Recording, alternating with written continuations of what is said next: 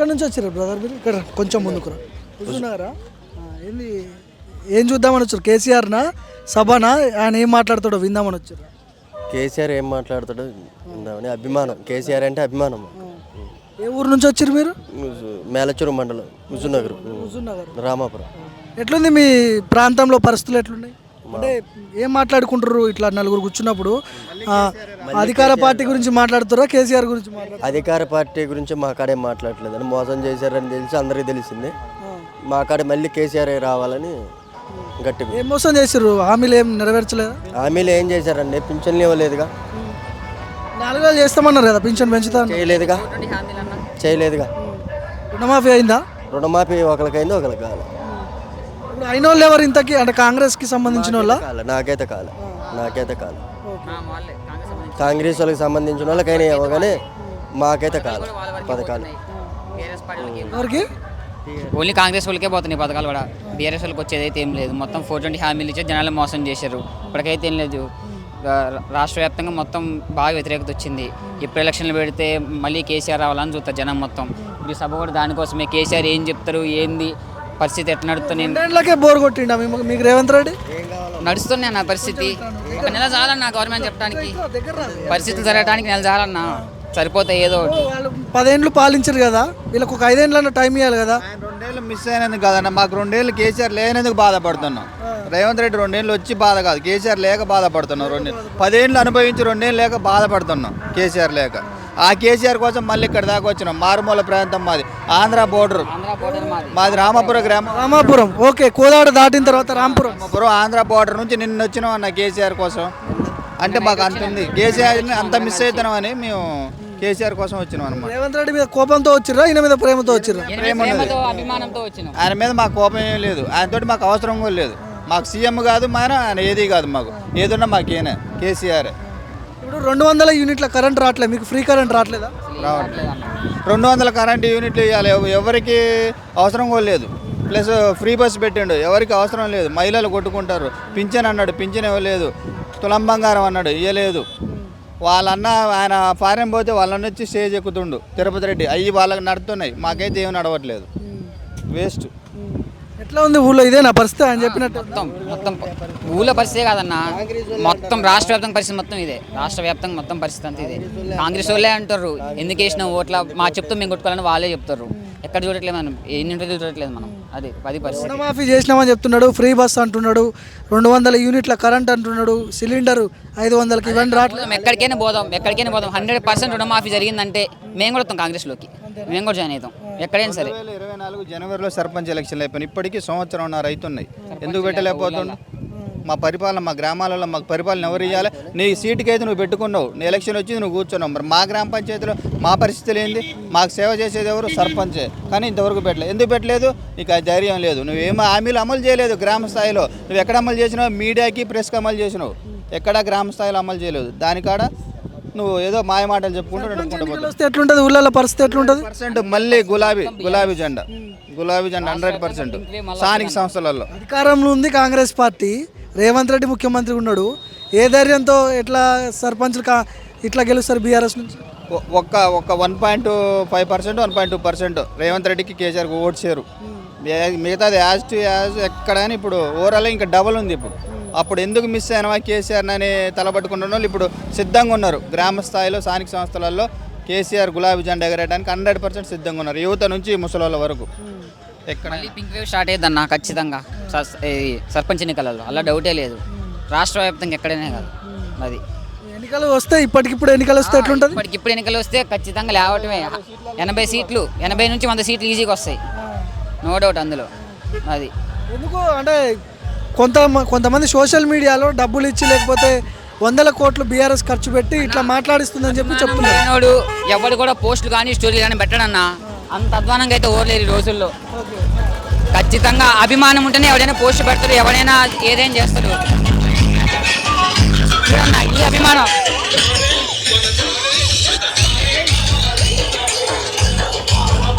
ఇదన్న అభిమానం, ఇట్లుంటుంది. ఇక అధికారం లేకుండా కూడా ఇంత పెద్ద సభకి ఇంతమంది ఇంట్లో ఎట్ల బండ్లు కట్టుకొని వస్తారు చూడన్న, అది మరి అభిమానం.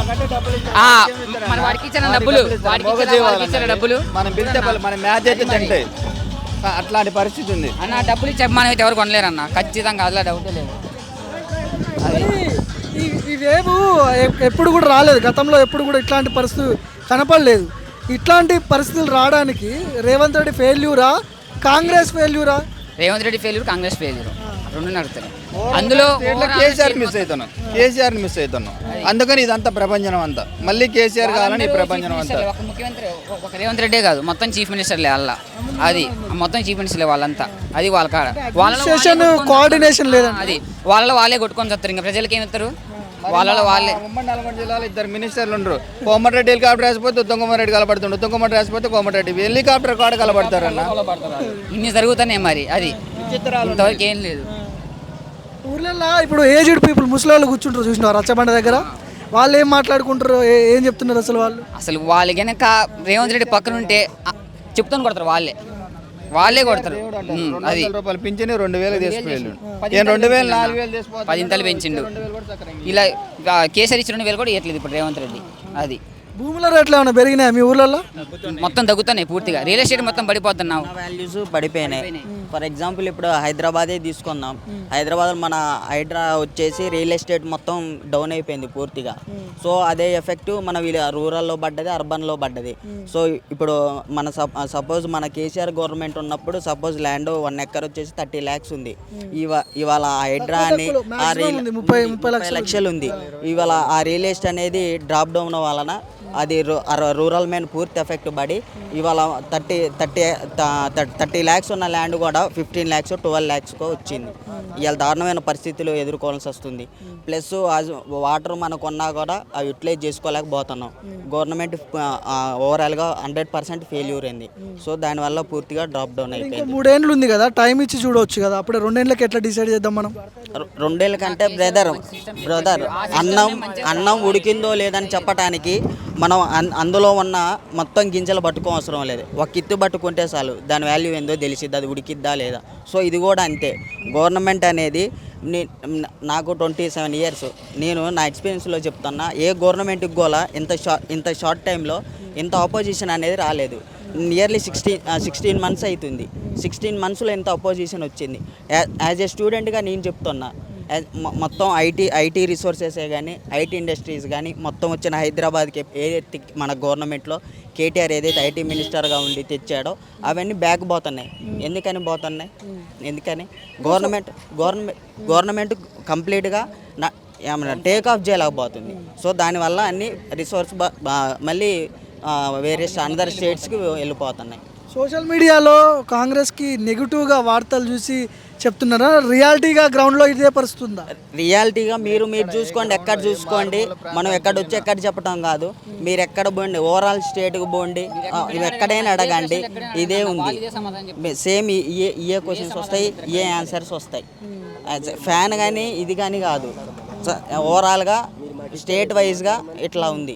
సో అది పొజిషన్. సీట్ ఒకటే మారింది, రేవంత్ రెడ్డి ఒక్కటే మారింది. యాజ్ పర్ సిస్టమ్ అంతా అదేగా. మరి కేసీఆర్ చేసిన పనులు ఎందుకు చేయలేకపోతుండు? కాళేశ్వరం నీళ్ళు ఎందుకు వెళ్ళిపోయింది? కరెంట్ ఎందుకు వెళ్ళిపోతుండు? ఖరాబ్ అయింది అంటారు కదా. ఎక్కడ ఖరాబ్ అయింది? ఇప్పుడు ఎక్కడ కొట్టకపోయినాయి? వరదలు వచ్చినాయి. కాళేశ్వరం కొట్టకపోయిందా? నీళ్లు నింపలేదు కానీ ఇంకా అన్ని వదిలిపెట్టిండు నీళ్ళు. ఏనంటమే రేవంత్ రెడ్డి అంటమే ఫెయిల్యూర్ ప్రాజెక్ట్ అని. ఎక్కడా లేదు. బ్రహ్మాండమైన ప్రాజెక్టు. 24 గంటలు కరెంట్ ఇచ్చిండు, రైతు బంధు ఇచ్చిండు, రైతు బీమా ఇచ్చిండు. ఏం తక్కువ చేసిన కేసీఆర్?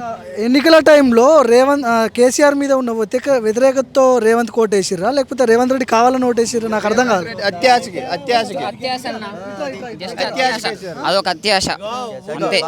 అత్యాశతో మీద కొద్దిగా వ్యతిరేకత ఉంది. ఇప్పుడు 1,00,000 అన్నాడు ఆయన. తులం బంగారు కష్టపడి ఓట్లేసిరంట. 12,000 కూడా సపోజ్ ఇప్పుడు ఎవరికైనా మ్యారేజ్ అయితే కేసీఆర్ ఇచ్చిన 1,16,000కే కూడా గతి లేదు. ఆయన తులం బంగారం అన్నాడు. తులం బంగారం కాదు కదా, కేసీఆర్ ఇచ్చిన 1,16,000 కూడా గతి లేదు. మీరు ఎక్కడైనా కనుక్కోండి, ఓవరాల్గా ఇదే సిచ్యువేషన్. ఎక్కడికి పోయినా, ఏ ఆఫీస్కి పోయినా లంచాలు మొత్తం అదే నడుస్తుంది. ఏ ఫైల్ మీద, చిన్న ఫైల్ నుంచి పెద్ద ఫైల్ దాకా మొత్తం లంచాలైనా మనకు వర్క్స్ అయితే అనేది హోప్ లేదు. ఓవరాల్గా గవర్నమెంట్ అనేది 100% ఫెయిల్యూర్. ఇంకో 10 ఏళ్ళు ఉంటా అంటారు కదా, మరి సీఎం ఉంటా అంటుండు కదా. ఆయన ఉంటేనంటే జనం యాక్సెప్ట్ చేయాలిగా, ప్రజలు యాక్సెప్ట్ చేస్తే ఓకే. ఆయన ఉంటా అంటాడు. ఆయన ఎన్నాళ్ళైనా ఉంటాడు కూకొని. ఉత్త కూకొని ఓడిని ఉంటాడట. ఏదో ఇంటర్వ్యూలు చూసిన నేను కూడా 10 ఏళ్ళు కుర్చీ నాదే అని అంటున్నాడు. కాదండి సార్ ఎమ్మెల్యే గెలమను ఎమ్మెల్యే రేవంత్ రెడ్డి కొడంగల్లా గెలవనండి. ఆయన సొంత నియోజకవర్గం కొడంగల్లో గెలవనండి. అసలు ఆయనకి 5 సంవత్సరాలు సీట్ గ్యారంటీ లేదు. రేపు ఇంకొక ఆయన అంటుండో కోమారెడ్డికి అంటారు, పొంగులేటికి అంటుండో, ఉత్తమకుమారెడ్డి వాళ్ళ కలపడతారు. మరి ఎందుకే గ్యారంటీ లేదు? ఇంకా 10 సంవత్సరాలు ఎక్కడ ఉంటాడండి? పేమెంట్ కొట్టేసి కూడా మాట్లాడుతుంటే ఏందన్నా ఇట్లా పెద్ద మనిషి ఏం చెప్తావు, ఏంది పరిస్థితి? ఒక్కసారి చూడాలనేది చూసిండు పబ్లిక్. అయ్యో ఊక రోడ్ల పడి తిరిగి నీకు ఇజ్జెత్తా అజ్జెత్తా అంటే ఆశపడి ఎత్తే మోసపోయింది. ఆశపడితే ఆశపడ్డావు దేనికి ఆశపడ్డా? 2 లక్షలు రుణమాఫీ అన్నాడు, చేయలేదా? చేసిండు. ఎవరు చేసిండు కొందరు చేయలే. 1,000 కోట్లు ఇచ్చినాము రుణమాఫీ చేసినాడు, అన్నాడు ఇది అన్నాడు అది అన్నాడు, ఏది లేదు చొప్పడు. ఏదేం చెప్తావు? ఆశపడి వేసినాం. పెన్షన్ అన్న సరిగ్గా ఇస్తురా? లేదు ఇక అదే పింఛను కేసీఆర్ ఇచ్చిన పింఛనే ఇస్తాను, ఎక్కువ ఇస్తానని కేసీఆర్ గుర్తు చేసుకుంటారు అందరు. అతను కేసీఆర్ ఇప్పుడు ఆయన సామాన్యుడు, ఆయనకి ఏ కండవ లేదు. అసలు మా ఊరు కాదు, మా పల్లె కాదు, ఆయన ఏ ఊరు అని కూడా మేము అలా మీరు మాతో మాట్లాడితే నేను వచ్చింది. దామేరే మీరు ఎవరు? ఇక్కడేనా? ఓకే, స్థానికుళ్ళు. లోకలే మాది దామేరే. ఎందుకంటే మోసపోయి వేసిళ్ళు, ఇక రాడు. మళ్ళీ ఇంకా ఎన్నేళ్ళు దూరం పెడతారు? అయిపోయింది టికెట్ కథ కుర్చీ పోతే కుర్చీ రాదు. రాదు 10 ఏళ్ళు ఉంటా అంటుండు కదా సీఎం. ఏదో అంటాడు, ఇప్పుడు కుర్చీ మీద కూకున్నాడు కదా, ఈత 2 సంవత్సరాలు నేనే చెప్తా ఉంటానని. ఇక రాదు. ఎక్కడ తప్పు చేసిర్రు ప్రజలు ఎన్నికల టైంలో? ఎందుకు ఆశపడ్డారా? ఇప్పుడు సోనియా గాంధీ రాహుల్ గాంధీ వీళ్ళు తిరుగుతా అంటే అయ్యో ఒక్కసారి చూస్తామని చూసిన కానీ వీడు మొదలు కోసుకుంటూ వస్తాడు. రేవంత్ రెడ్డిని చూసి ఓటేలేదంటారా? లేలే, రేవంత్ రెడ్డి వాళ్ళని చూసి చేస్తే ఈయనను కూకుంటే పెడితే ఈయన కింది మొదలకి వస్తాడు. రేవంత్ రెడ్డి సీఎం అంటే ఏమైపోవు.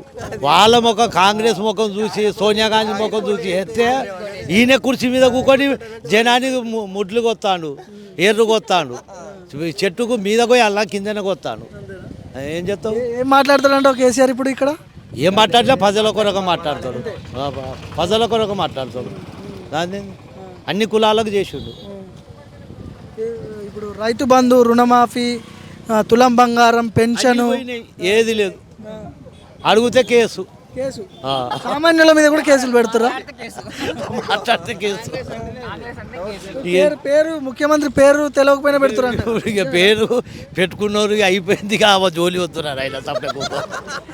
ఇక వాడికి ఈత 2-3 సంవత్సరాల పవర్ ఉన్నది, ఎందుకు సపరేక. మనం ఇప్పటిదాకా అన్ని మాట్లాడినావు కదలే. అదే చెప్పేది భయం ఏంది కానీ ఇప్పుడు ఎందుకు చేతనాన్ని ఏం చేయలే. ఏం చెప్తావు? ఇప్పటికిప్పుడు ఎన్నికలు వస్తే ఏం చేస్తావు? ఎవరు కొట్టేస్తావు? మళ్ళా కారే బంపారు వస్తుంది, ఇక పైసలు ఇవ్వకుండా వస్తుంది. పైసలు ఇవ్వకుండా వస్తుంది కారు. ఇంత మొత్తం ఇంత రచ్చరచ్చ ఇంత పెద్ద ఎత్తున చేస్తున్నా, డబ్బులు బాగున్నాయి. డబ్బులు కాదు పెడతాండు కానీ ఇప్పుడు ఎందుకంటే జనానికి ఎరుప కావాలి, అర్థమైంది. ఇక సాలరా నాయన నువ్వు చేసిన కాడికి చాలు కానీ జనం మీద ఉన్నది, గుండెలో ఉన్నది కారు.